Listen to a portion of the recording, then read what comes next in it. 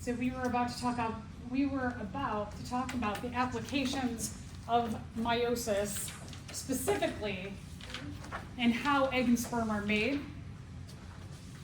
The making of sperm is called spermatogenesis. And then the making of eggs, it's a funny term, it's called oogenesis. It's almost like OA genesis. Oogenesis. The only place where meiosis occurs is in the gonads. All of your other cells in your body undergo mitosis. So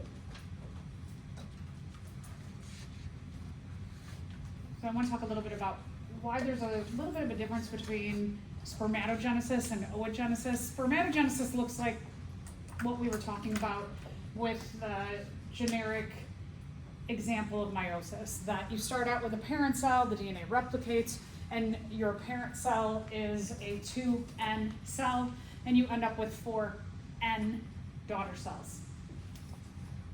So this is what spermatogenesis looks like. Very similar, again, to the process that we talked about with just generic, regular meiosis.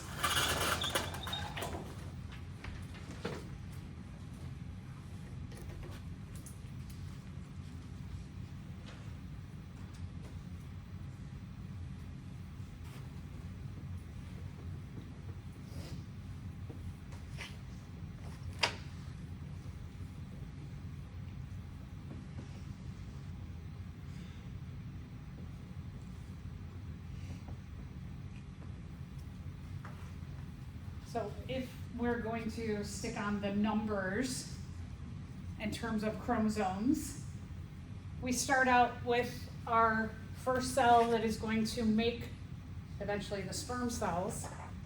That first cell is diploid 2N in humans. Just a reminder that the 2N number is 46 chromosomes. Remember that it's 2. The N is 23. N means one set of chromosomes. We have 2 sets of 23 because you get the 2 sets from biological mom and biological dad. So just doing kind of simple math, 2, when N is 23, 2 times 23 equals 46. Going into the process of meiosis, the DNA replicates. Any kind of cell division, DNA replicates.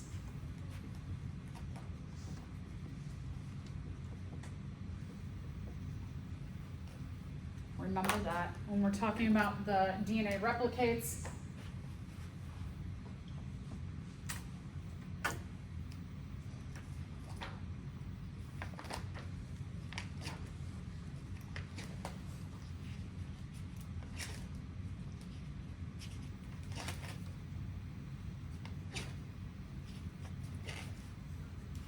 and what we mean by the DNA replicating is that each chromosome gets a sister chromatid.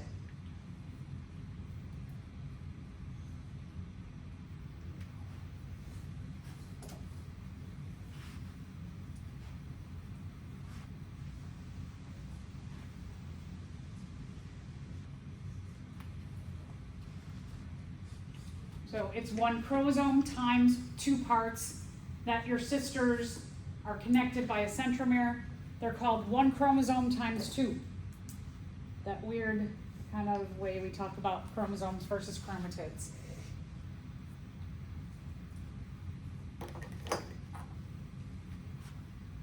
So here,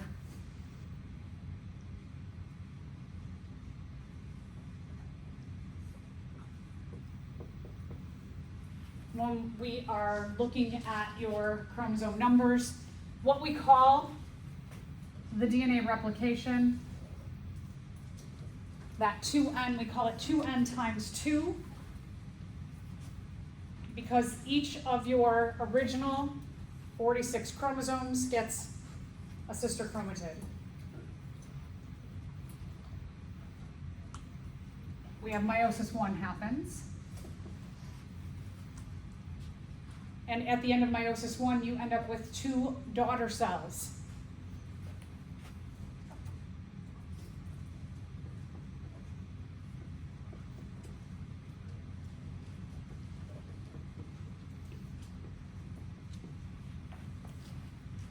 We're going to call each daughter cell N times 2. You get 23 chromosomes with sister chromatids, so we call them N times 2. Meiosis 2 happens. Meiosis 2 happens to both of these cells. So what you're doing is you're reducing down your 23 times 2 into 23, 23, and then again your 23 times 2 into 23, 23, or N, N, N, and N.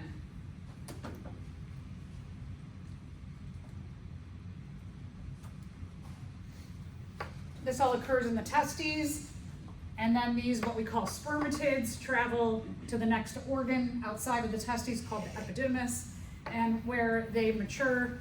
And when we talk about these spermatids maturing, they get their tails and some other modifications, and they're ready to swim as sperm. So very similar to what we talked about with the generic meiosis. I keep saying generic because when we look at the making of the eggs, we call that oogenesis, and it's a bit different. We have a number of things that happen that are not this kind of typical pattern. So let's take a look at our oogenesis.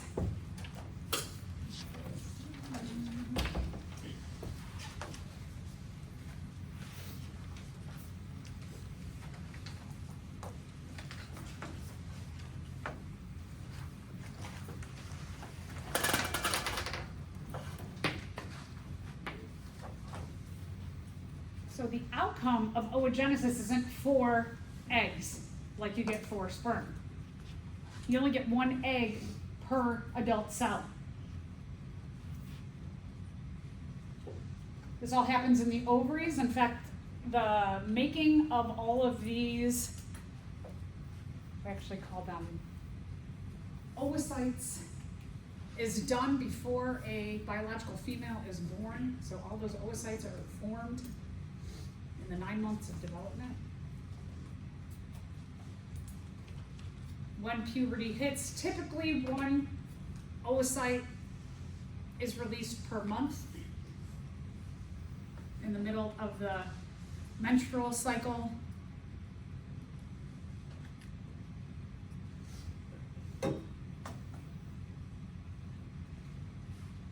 We get the making of what we call polar bodies and 1 oocyte. You don't get 4 eggs or oocytes like you do get 4 sperm. So I want to talk just a little bit about that and why.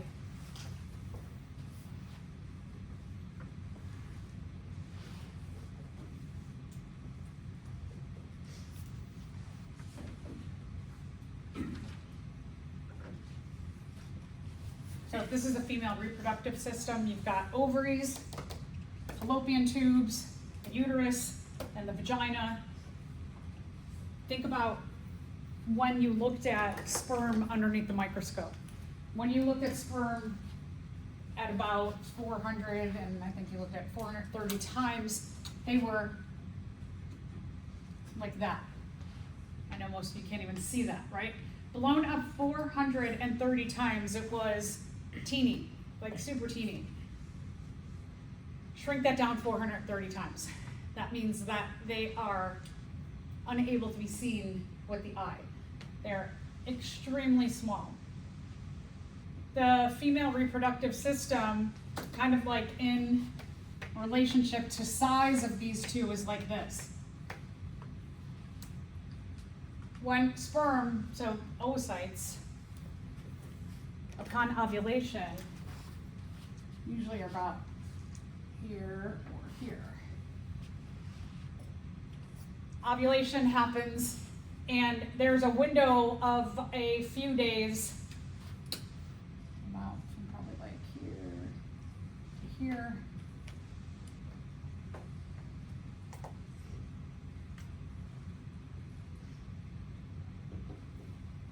Two to 3 days ovulation, the oocyte is viable. It only has 2 to 3 days.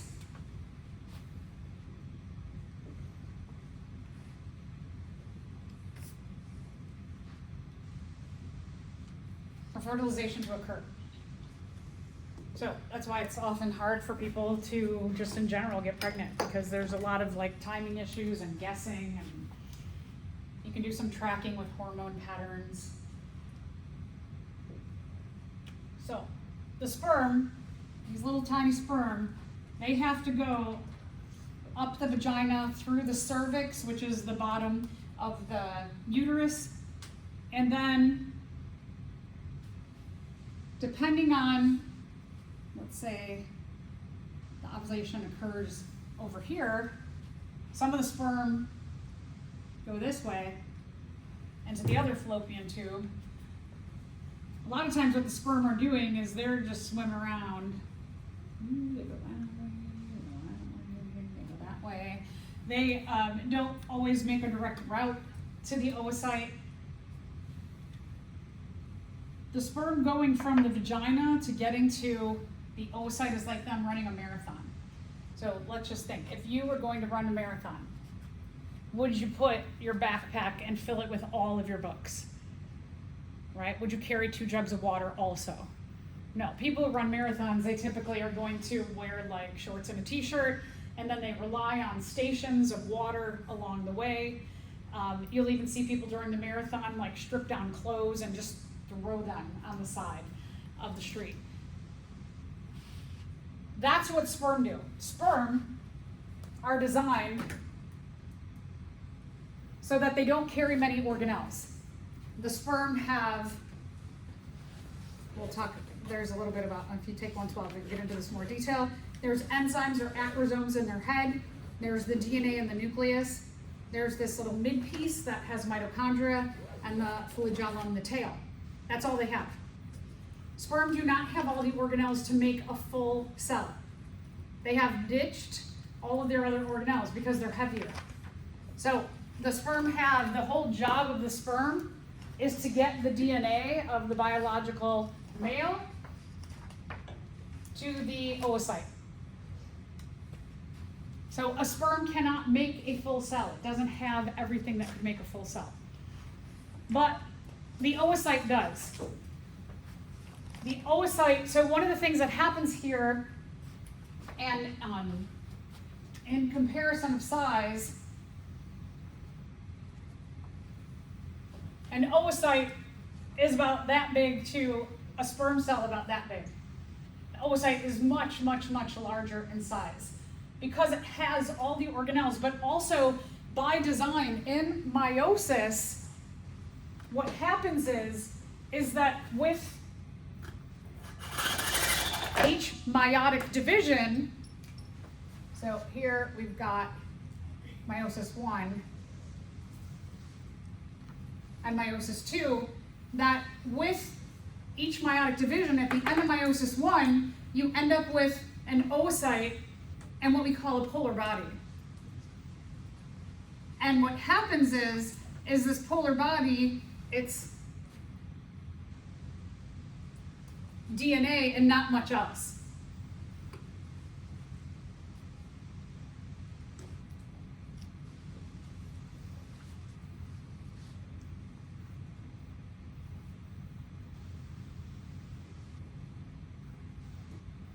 And just kind of, also, it is also a set of organelles because everything replicates.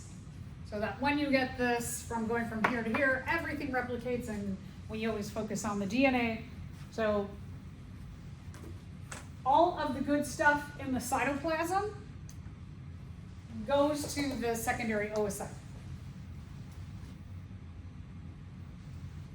Because when the sperm comes in contact with the oocyte, the sperm basically is like dumping off its DNA, And then the oocyte has a window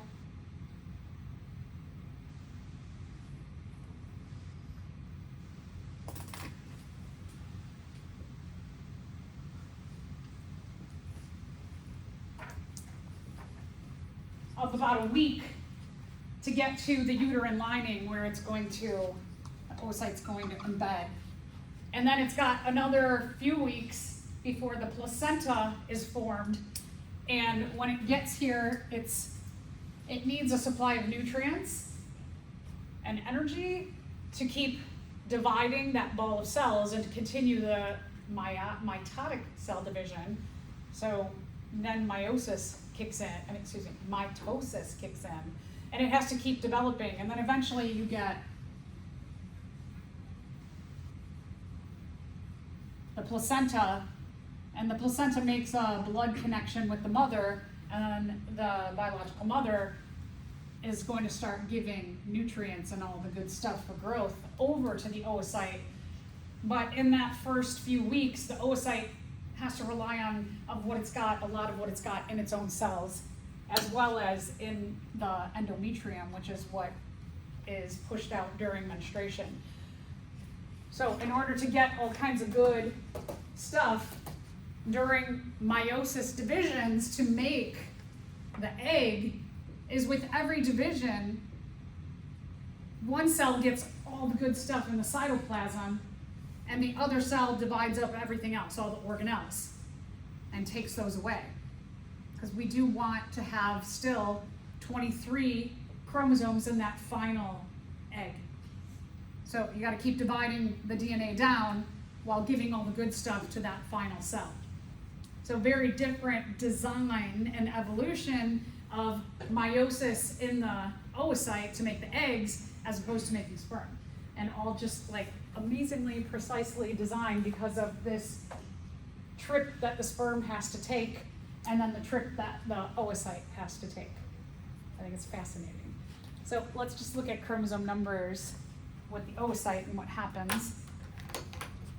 So we start out with 46 or 2N or diploid. All of these mean the same thing in humans. And then the DNA replicates.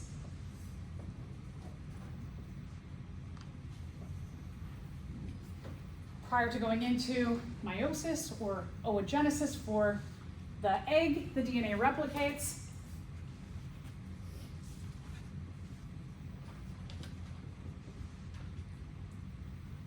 So that you have 46 times 2 sister chromatids are made, or 2N times 2. After the first meiotic division, this has a 2N times 2 number. No, it has an N times 2. N times 2, we divide this down by 2.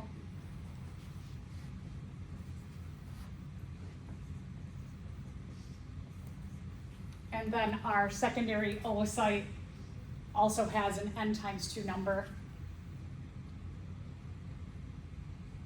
Now here's another weird thing that happens that's different between meiosis in the sperm and meiosis in the egg, is this point here, this what we call the secondary oocyte, which is made after the end of meiosis 1.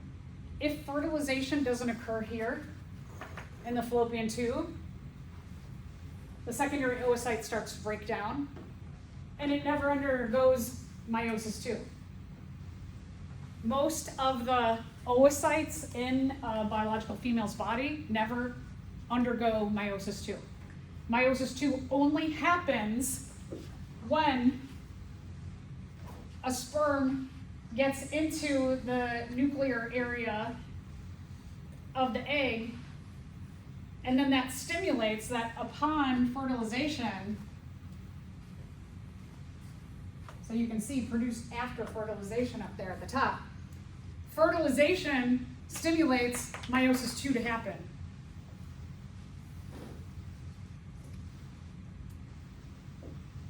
So again, this is saving as much energy as possible.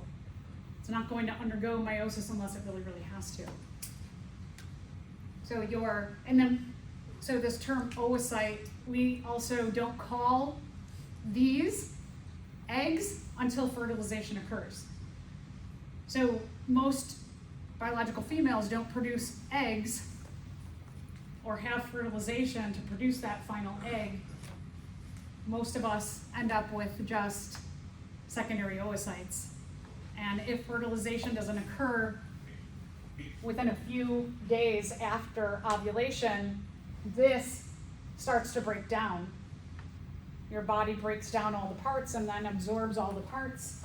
And if fertilization doesn't occur in this window, it starts this process of a different hormone chain that within a week after ovulation, if this window of 2 to 3 days, fertilization doesn't occur, hormone changes, because this starts to break down, causes hormone changes, and in about a week after ovulation, menstruation is stimulated to occur. And the parts of this and the endometrium are pushed out. So it's pretty amazing, all these little chains of events that happen, just whether fertilization occurs or doesn't. So numbers then, this n times 2 is going to divide up into an n, and this here, because you don't have much room, because this polar body that is formed after meiosis 1, because it doesn't really have any space in the cell, it's given all of its cytoplasm over, the likelihood that this is stimulated to undergo meiosis 2 is probably not likely.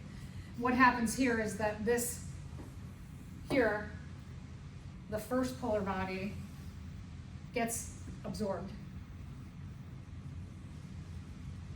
Just gets absorbed by the body. It probably doesn't undergo meiosis 2.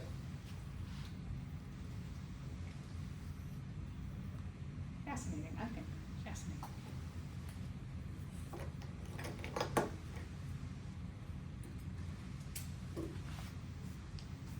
So big difference, just to point out big differences between meiosis to make sperm and meiosis to make oocytes.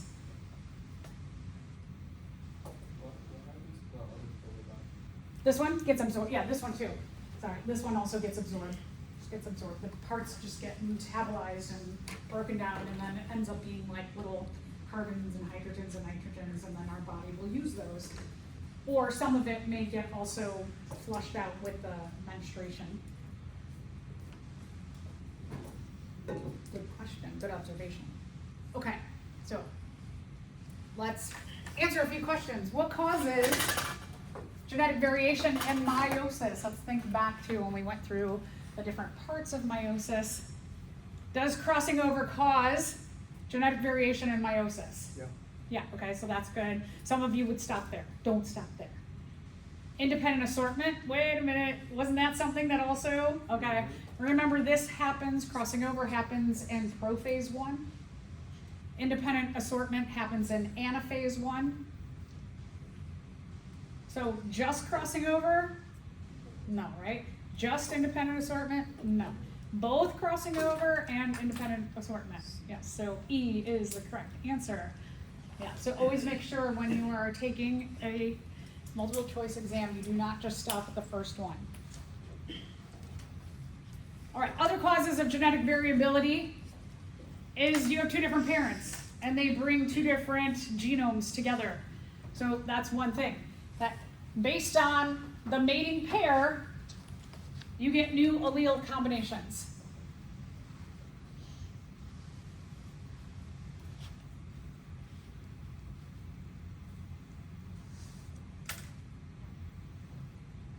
Genetically, the closer 2 mating pair individuals are, the more likelihood of them each contributing genes that will cause offspring to have certain diseases. So one of the kind of things that I think just to think about is that you have your own set, your gene pool based on your own inheritance over generations and generations and generations, that group that you come from has certain diseases that are common in that group. And if you mate with someone else who is common in that group, then you might have offspring that have diseases that are common for that group. But if you mate with someone who's in a very different group, then the likelihood of those commonalities of disease and commonalities of disease are lessened by the more different the two gene pools are. Kind of an, I think, interesting thing to think about. And then sexual reproduction also allows for a lot of variability. Each sperm, each egg undergoes crossing over, an independent assortment, and they undergo it in different ways. So each sperm, each egg are very different from the ones even produced within one individual. 2 humans, somebody figured this out, could produce 64 trillion different 2N combinations. So you basically could have 64 trillion different siblings that are unique to one another. And then also random mutation. As I mentioned before with the checkpoints, and we talked about last time, that sometimes mutations occur because cell reproduction happens so incredibly quickly. Remember again, mutations can be bad. They can be nothing, and then sometimes they can bring new mutations that are actually beneficial to organisms. These mutations, even though there's only 3 major checkpoints, they're pretty rare that they come about. This is would be a really great thing to utilize in studying to determine, do I understand the big differences between mitosis and meiosis? So as I always say, quiz yourself. If you're like, I don't know how to quiz myself, here's a good thing. After you go through and you study mitosis and meiosis, write these down. Write down cells in which it occurs, final chromosome number of daughter cells, number of cell divisions, function in animals. Write all those things down and then try and answer all of these. What happens in mitosis versus what happens in meiosis. So basically replicate this chart, but as you're studying and you're quizzing yourself over and over again, make this chart where you have this part and these titles, and you fill in these until you can do this just and get it perfect. So that's a great quizzing tool right here. It's another great thing to be able to replicate. It's like all that I loved when I walked into the last exam and there were all these diagrams on the board. A lot of you followed my advice that this is another great way to compare meiosis and mitosis. You can draw these out and you can label what's happening, and you could put in the number of chromosomes, N, 2N, then you know what's going on. You know when crossing over occurs, you know when independent assortment occurs. If you're like, why is there this big arrow here? What this is trying to show you is that mitosis, the phases of mitosis are the same as the phases of meiosis, except that when you have mitosis, 1 cell goes through the phases. When you have meiosis, 2 cells go through it. So these are very similar. The 2 big differences between mitosis and the stage 2 of meiosis. You have 2 cells in meiosis, and whatever happened in crossing over, you can see the little yellow parts on the purple and the purple parts on the yellow. Those stay, so that you do have different gene combinations that aren't done in mitosis, because mitosis doesn't do crossing over or independent assortment. But what happens in crossing over and independent assortment sticks in these cells, so that we end up with 4 genetically unique haploid cells in meiosis, and you end up with two genetically identical cells in mitosis. So just to point that out. All right, just a couple other things. What's a stem cell versus a differentiated cell? When we're talking about differentiated cells in our body, it means any cell in your body that has a very specific function, which most of our cells do. But where do those cells come from? They keep growing and growing over time. So in our lives, we have stem cells. There's a wide variety in terms of what we call potence in stem cells in our body.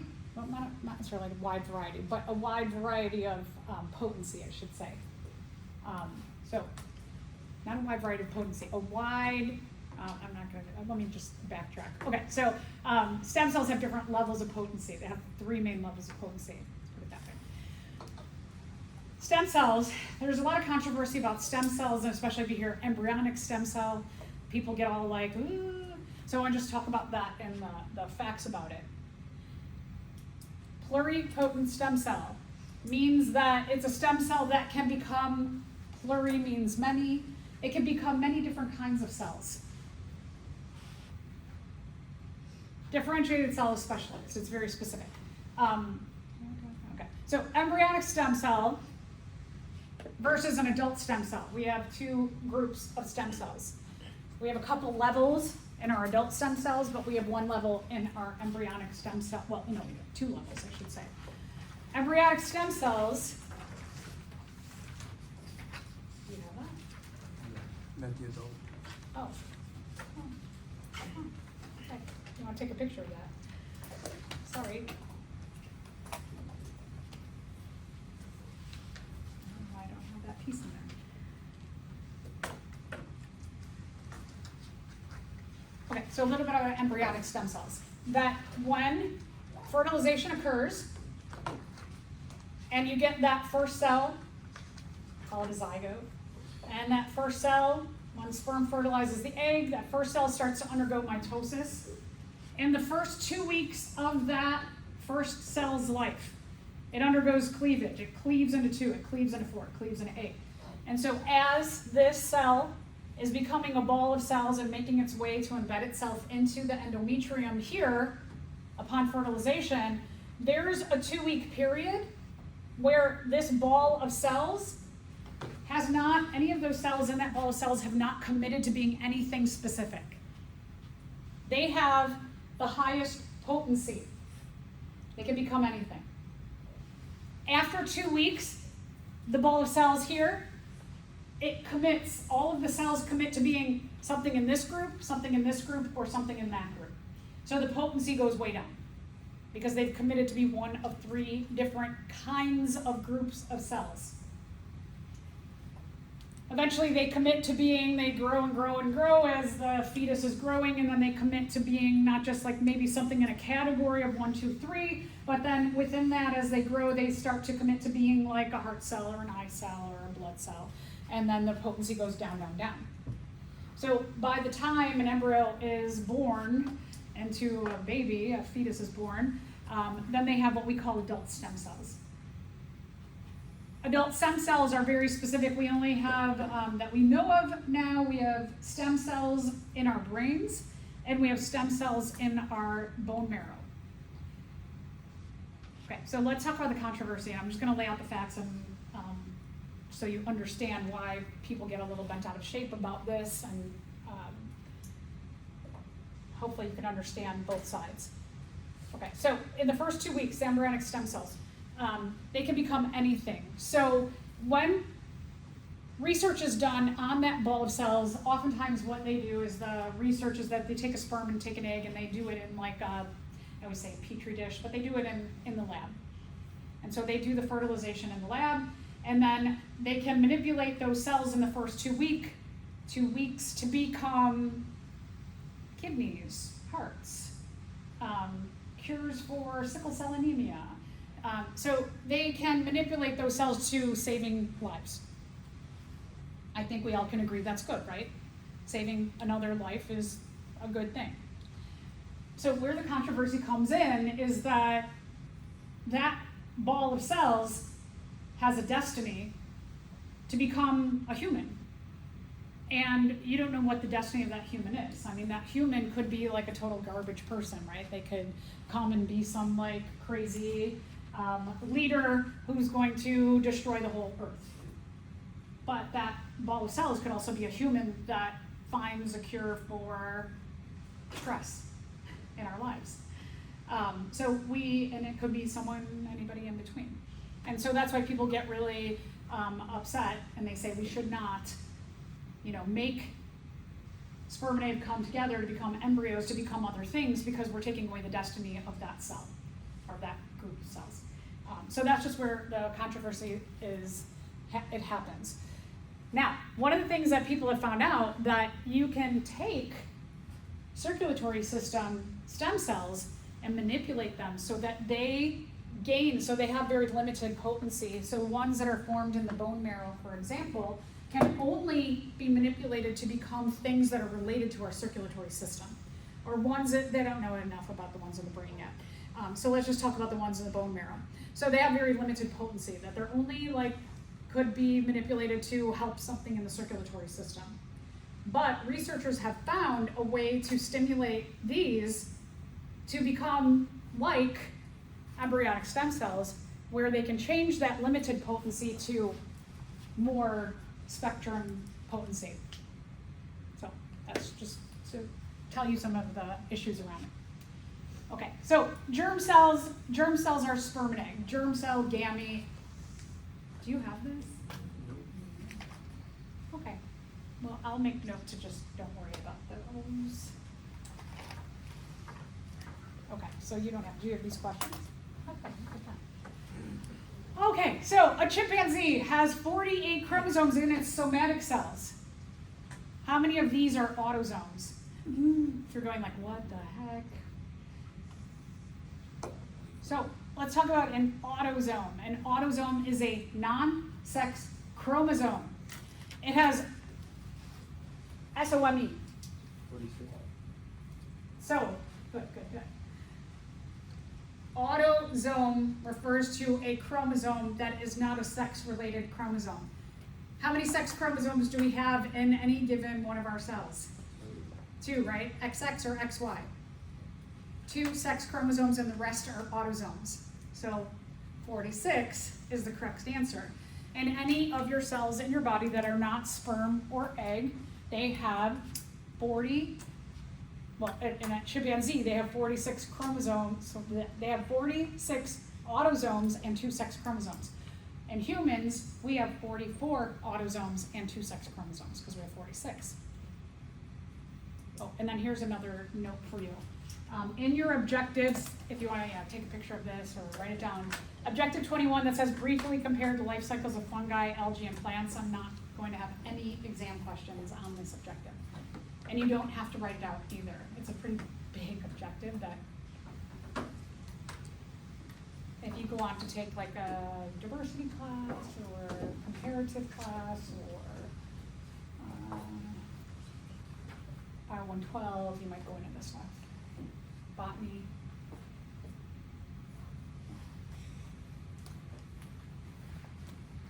I think that's it. Okay, so then let's continue on and talk about genetics.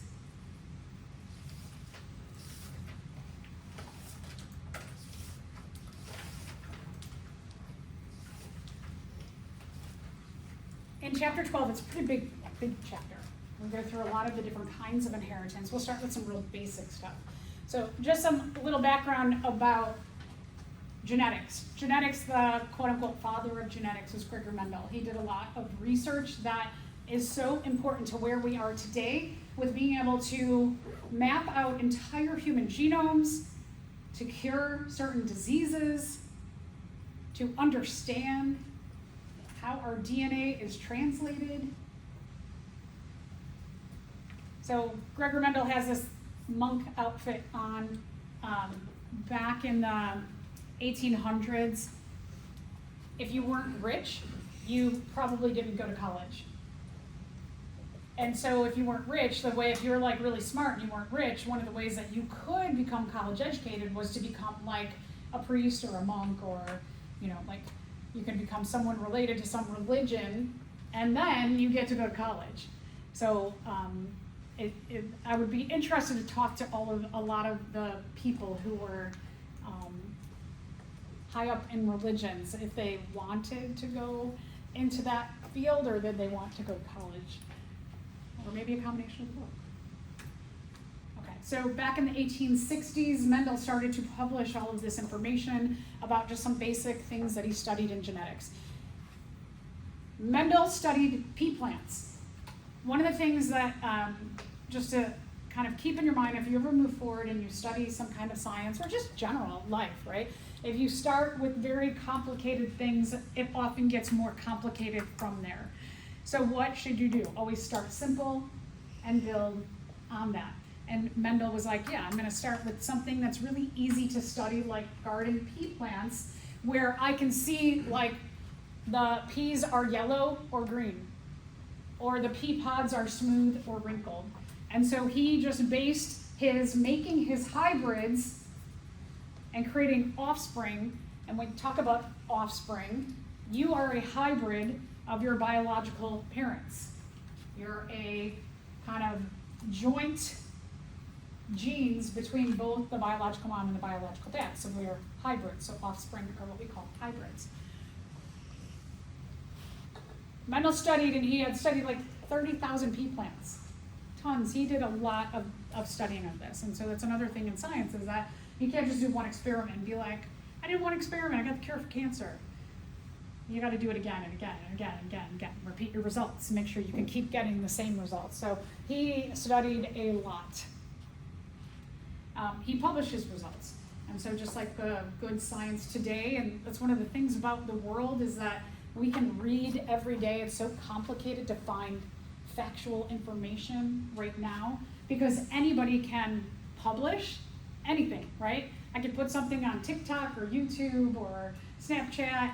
I can just like say something, and a lot of people will be like, she said that, it's gotta be true. No, that's not the way the world works, and that's why it's really hard to like, people get so into, I heard this on the internet, on this app, on social media, and then they're like, they believe it. So anyway, publishing is very, very, very important. The other thing that Mendel did was to just kind of control things, was that one of the things that's really easy about pea plants is that they can self-fertilize. That means that some of the peas produce both egg and sperm. Kind of weird, but he could control genetic factors in doing so.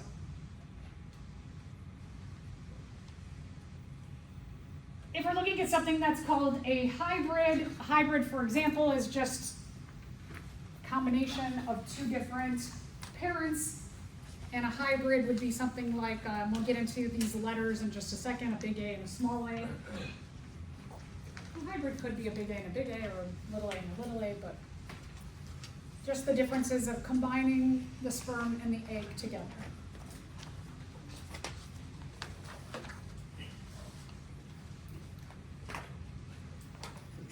So Mendel, he had some really good ideas, and then, you know, like all of us, we kind of have ideas and then we test them out and we're like, no, that doesn't work. So his first idea was called the blending concept of inheritance. And we'll talk later about how in some cases this principle is true, but in the case of what he was studying and the genes he was studying, it was not true. And what he thought was that you could take two very different looking parents, like, let's say like purple and green, and you could, and what would happen is that when you made it a purple and a green, that the purple and the green would mix together and you'd get some hybrid of mixing purple and green. But that wasn't true. What he found was when he took like purple, I'm just making things up, purple and green, that all the offspring were purple and green did not show up. And he was like, oh, wait, there's no blending thing there. So his first idea, and using the scientific method and going through the steps, so he proposed a hypothesis, and then he did some research and he tested his hypothesis, and his conclusion was that he did not accept his original hypothesis, that he did not get that intermediate blending, And so Mendel rejected his hypothesis and then said, let me try something else. Let me try a new hypothesis and let me test that out. So just a little reminder that as we talk about all these different scientists, they're using the scientific method and they're doing exactly what you did in that first lab. And his example here was that he took red and white flowered pea plants, and when he combined the red and white together, he hypothesized that all of the offspring would be a blend of red and white, which would be pink, and he got all red and no white. So then he just started over.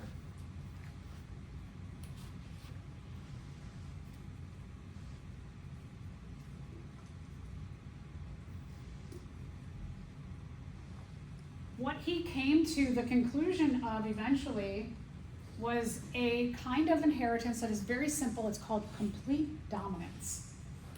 We're going to talk a lot about complete dominance in this class. If you go on to take a genetics class, which I hope most of you do because it's really fun and cool, you find out all the wild things that our genes do and the way we inherit information. But complete dominance says that one gene, trait, allele, is dominant over the other.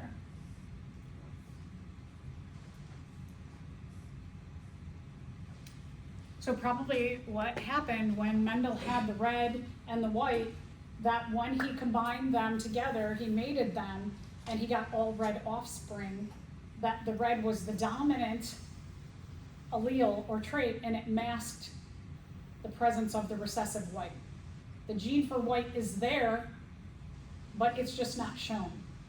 And that's what we mean by complete dominance, that you can have what's called a recessive allele. We call it carrying that. It can be present in your cells, but not expressed or shown, because the other one, the dominant one, masks that. All right, so we're going to review a lot of terms here. Why do you have two alleles for every trait? Is it because one allele is located on each homologous chromosome? Yes. Is it because one allele is from your mother and one is from your father? Yes. Is it because one allele is from sperm and one is from egg? Yes. So all of the above are true. You have two alleles for every trait because you have two homologous chromosomes. You get your two homologous chromosomes from your biological mom and your biological dad, or from egg and sperm. So these are all saying the same thing. Make sure you understand that they're all saying the same thing.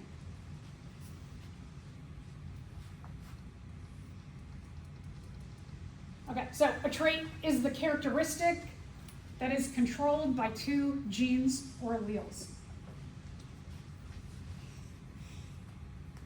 Okay, now we're talking about allele. The term allele means gene, which I have it coming. Where the allele or genes are located is their gene loci. Loci is plural, locus is singular.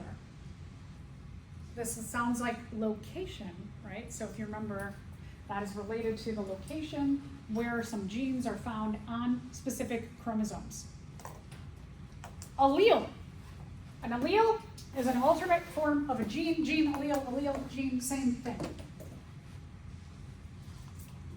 The terms are the same, but when we're talking about alleles, what I mean by that, and you're like, well, what's the difference between gene and allele? So if we're talking about the genes for flower color and what Mendel studied, and he had red and he had white, we have two different alleles. We've got an allele that is red and an allele that is white, but both are for flower color.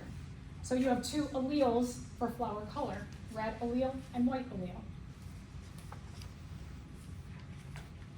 So we take a look at a homologous pair. What I have here are two chromosomes. They're called a homologous pair of chromosomes. You have two because one comes from biological mom, one comes from biological dad, one comes from sperm, one comes from egg. Okay?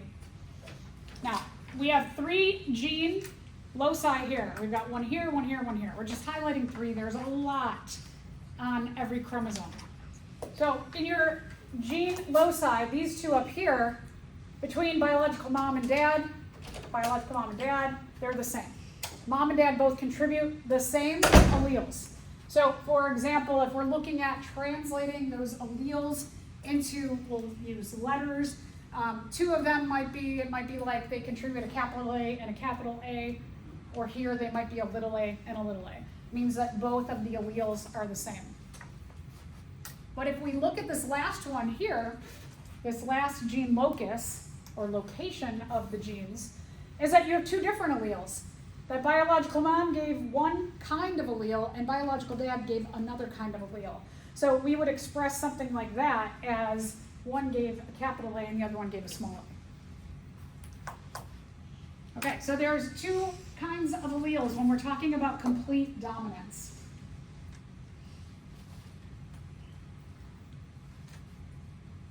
There's the dominant allele when we talk about complete dominance. The dominant allele expresses itself when it's present. So if we have red and white, and red is dominant, that if you have a red allele, the flower color will be red. The dominant red will mask the presence even if a white allele is there. So here's one thing to remember about this, is that when we're talking complete dominance, that if you have a dominant allele, you could also have a recessive allele. It's not a blend of the two to get pink, but the red will mask the presence of the white. The white gene is still there. The white gene, even though it's not being expressed, the white gene could be passed on to offspring. So just because it's not masked doesn't mean it's not important. That's why a lot of diseases are passed on, is that you have a dominant allele for not having the disease, and people will carry a recessive allele for having the disease.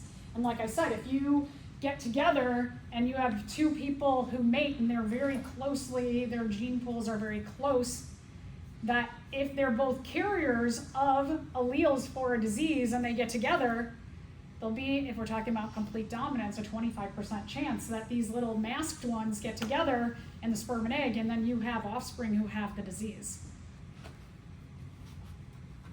So dominant allele, we always represent the dominant allele with an uppercase letter. So if we're talking about handedness, there are not many traits that we have that solely are two genes, a dominant or a recessive, code for one trait. Handedness, we believe still, is something that if you have two capital R's or a capital R and a small r, you're right-handed, and if you have two small r's, you're left-handed. So we'll use handedness. So capital R for right-handed. Okay, second kind of allele is the recessive allele.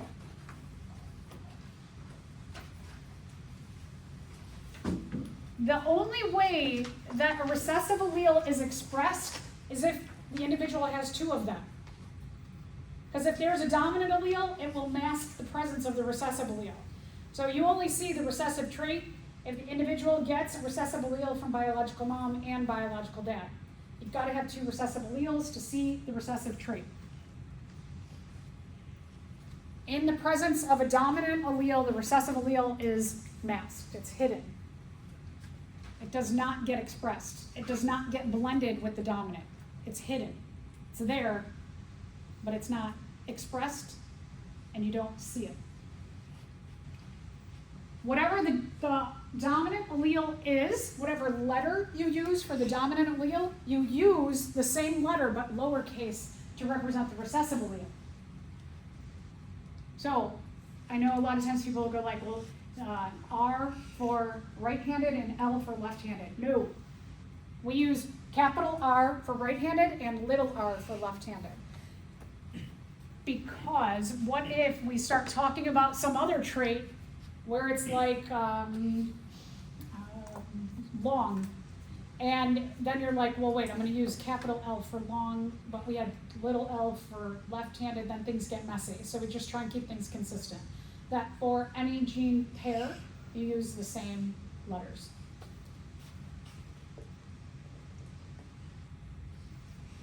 Two alleles represent a trait.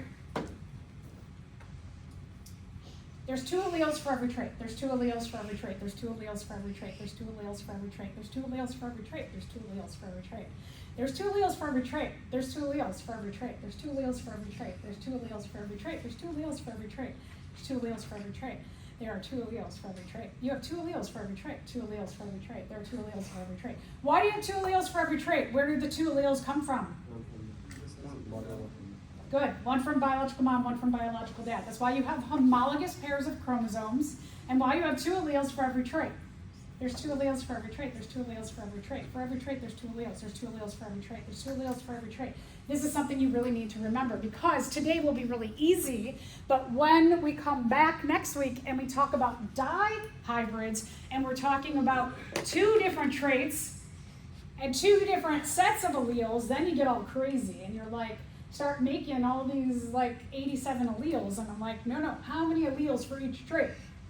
And then you remember, your crazy professor going 2 alleles for every trait, 2 alleles for every trait, 2 alleles for every trait, because there's 2 alleles for every trait. Biological mom, biological dad. You have 2 alleles for every trait. Remember that thing. Got it? I know. Say something 20 times and you remember it. It helps if you're bad with names. If you're bad with people's names when you first meet them, one, you have to pay attention. I have a really hard time because I'm like looking at everything else and then I'm like, oh, what did they just say? But catch their name and then you say it 20 times in your head, you'll remember their name. So being bad at people's names is a you problem, not like I'm just bad at, just like I'm bad at test taking, right? You can do something about that. So a trait, if we're talking about complete dominance, is going to be 2 capital R's, capital R and small r, and little r and little r. Those are your 3 possible combinations. When you have 2 alleles for every trait, you have what's called homozygous. The homozygous condition, homo means same. 2 identical alleles for that trait. We have 2 possible homozygous conditions.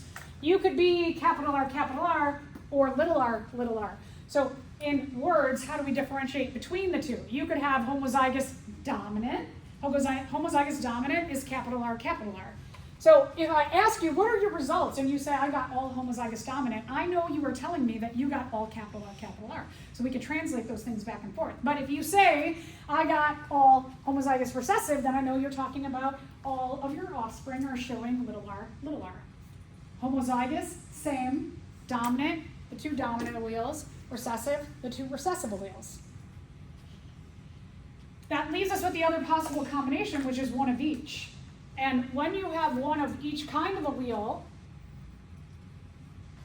oh, sorry, I'm going ahead of myself. If you're an individual who's homozygous dominant, can you pass on recessive alleles? No, right? You only have the dominant allele. So you can only pass on capital R to your offspring.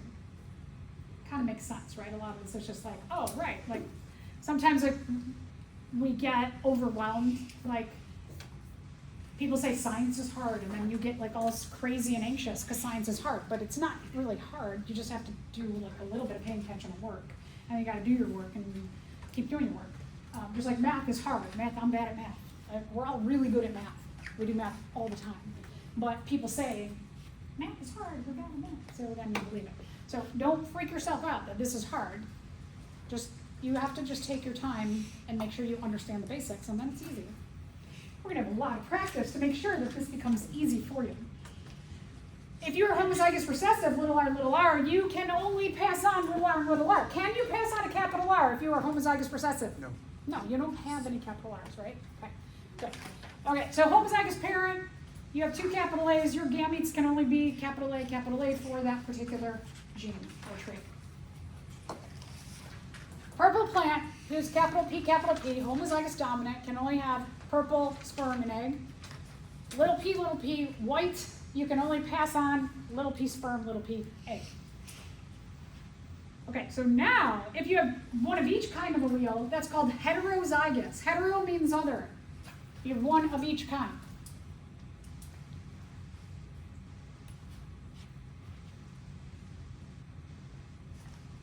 Because a dominant allele is present, it masks the presence of the recessive allele. So the capital R, you got a little R here, and it's there, but it's masked. Someone who is heterozygous for a trait that is complete dominance looks the same as someone who is too dominant. One is not like more red or more right-handed. You have two capital R's, you're right-handed. If you have a capital R and a little r, you are still as right-handed as someone who is two dominant alleles. So it ends up looking the same. However, you can pass on your genes for capital R or little r. So someone who is heterozygous for handedness has the ability to pass on the little r and has the ability to have left-handed offspring.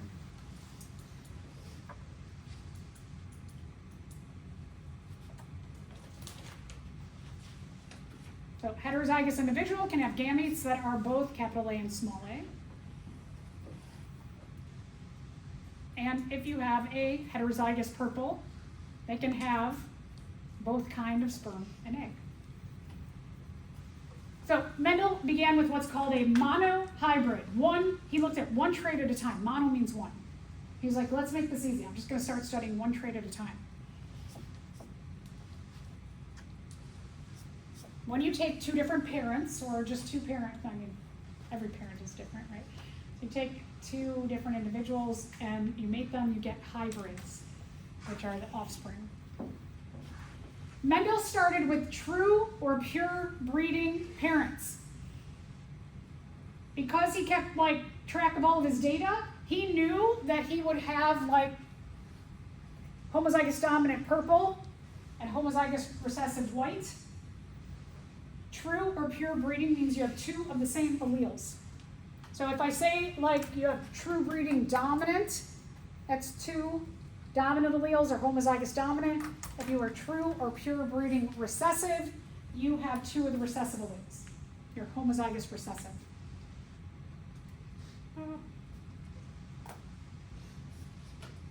Okay, so monohybrid, one trait. He did the homozygous dominant, pure breeding, the homozygous recessive, pure breeding, two of the same alleles. So he took both extremes of that trait, made sure they were the same alleles for dominant, the same alleles for recessive, and then he used a method of prediction and calculation called Punnett squares. We're going to do so many Punnett squares.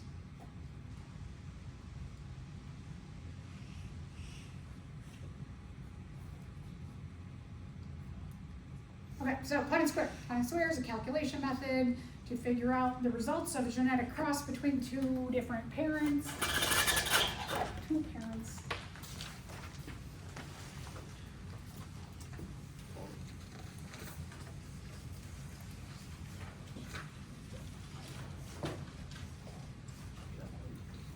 Okay, so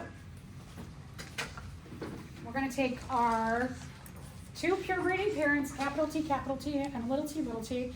The capital T, like I said before, they're gametes, little t or little t.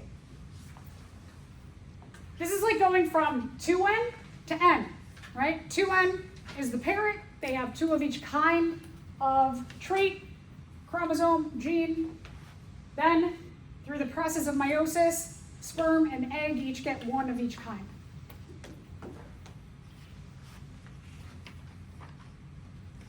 Typically when you're doing Punnett squares, the female goes on the top and the male goes on the side. Typically, those are the rules. Not everybody follows the rules. So we're going to do a cross and we're going to figure out two different pieces of data in our crosses. We're going to figure out the genotypes of the offspring. If we cross these two parents, let's see what the possibilities of the genotypes of the offspring are.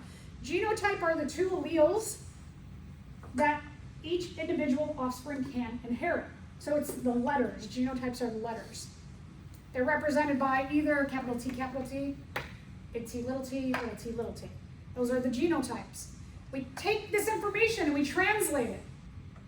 And we're talking about capital T is tall, and little t is dwarf, tall, tall, dwarf. When we translate that information of the genotypes into what do they look like, it's called the phenotype. Phenotype, physical. It's the physical expression of the genes. How do they look? Genotypes are the letters. Phenotypes are how do they look? What is their physical expression of the genes that they have? So tall or short? I said dwarf. I'm sorry? It says dwarf on page 4. Oh, okay. Thank you. Okay. Mendel also tracked the generations. The parents are what we call the P generation.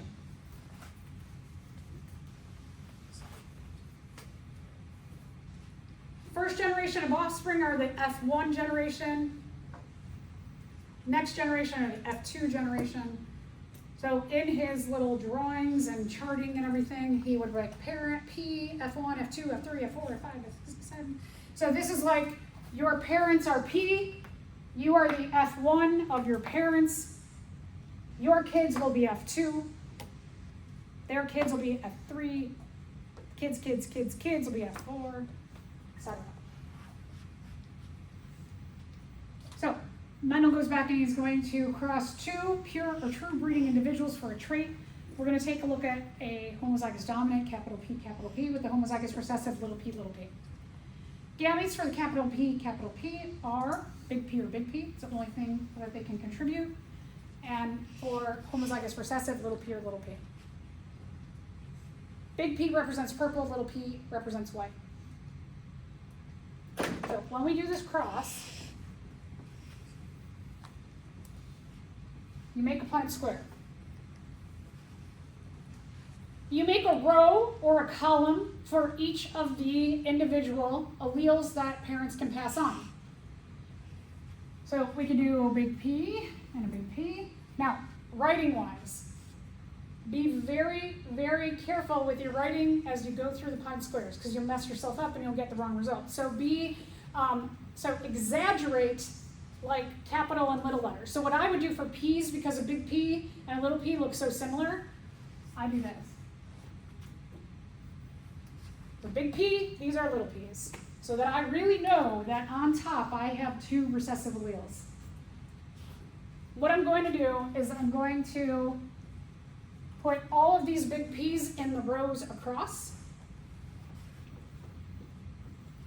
And then I'm going to go to the second row. I'm going to put all the big P's on the rows across. And I'm going to go up top. I'm going to put these in the rows going, or in the, the column going down. And then this other little P goes in the column going down.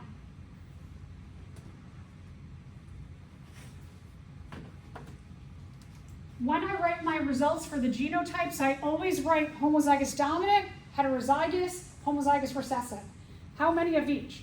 So in this case, I've got 1, 2, 3, 4 heterozygous.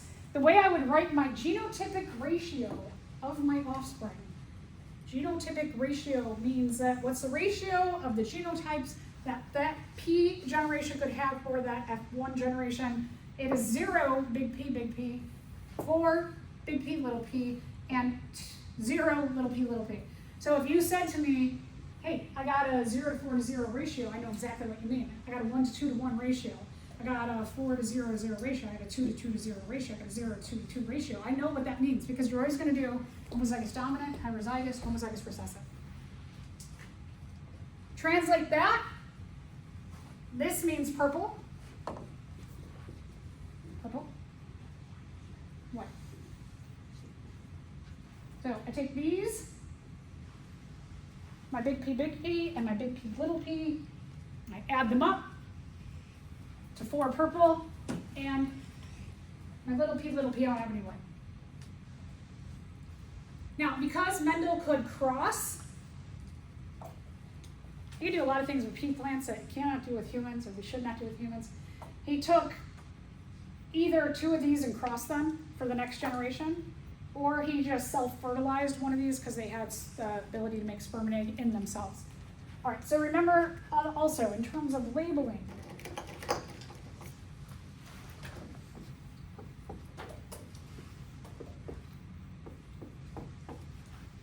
these are the P generation, parents.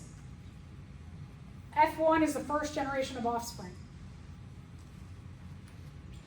So in your lab, it'll say, take 2 of your F1 generation and cross them. We have all the same, right? All of our F1 generation are big P, little p, little p. So that's what Mendel did. He's going to cross 2 of these. So let's do that.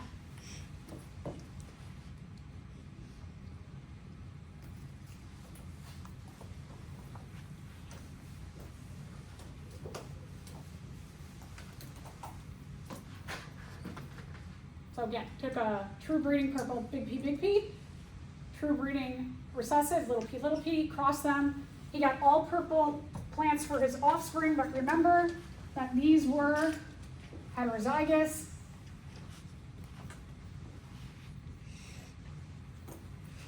Homozygous dominant, purple parent, homozygous recessive, white parent. Made purple heterozygous offspring.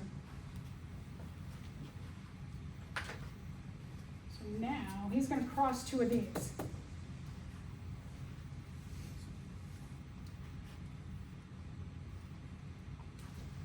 The gametes that someone who is heterozygous can pass on is a big P or a little p, and a big P or a little p. So,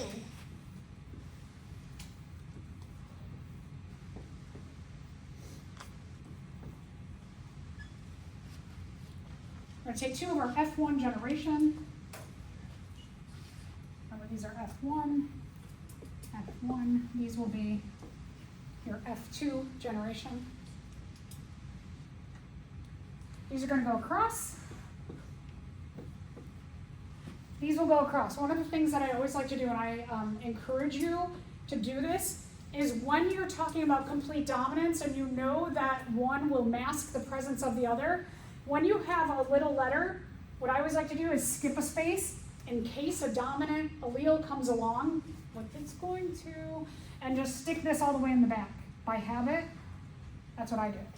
Because our brains are funny things, that this and this mean the same thing, but what our brains will often do, even though you know that the dominant allele masks the recessive, a little bit of test anxiety will make you go, this is first, so the little one masks the big one. No, the big one's still gonna mask the little one, even if you put the little one first. It's still gonna go boop. So on your Punnett squares, to help you when you get into those like more stressful situations, when you're taking our exam, or you're taking the MCAT or the PCAT or the GRE or whatever you're gonna take, the DAT, whatever, put that in the back.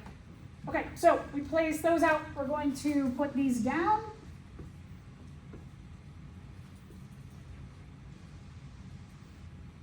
And when we figure out our genotypic ratio, we got 1 of these, we got 2 of those, and we've got 1 of those. So our genotypic ratio is going to be 1 to 2 to 1. And our phenotypic ratio, we're going to take the 2 of these, are going to be purple, and the 1 of these is going to be white. All right, I just wanted to, thank you for hanging in there for 10 extra minutes. I wanted to get through the monohybrids, how to do them, because we're going to practice them in lab today. In lab, you are going to finish up lab 11.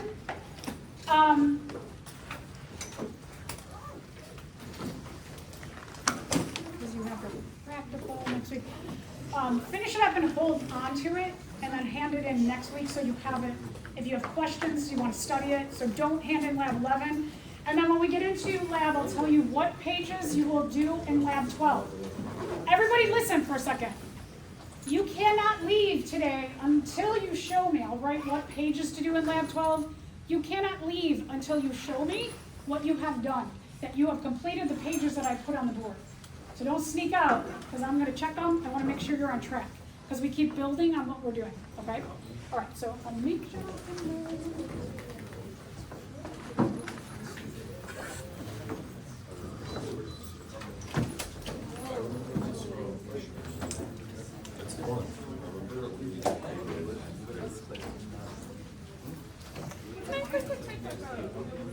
Bro, why are random phone numbers calling me? And they're all from the same area. Did you dress up as pajamas? Dress up as Maya? This is the first day I've had like a break from work. Sweats, I'm not really yeah. do anything. So I guess I shall wear sweats. But I'm dressing up my dogs. As what?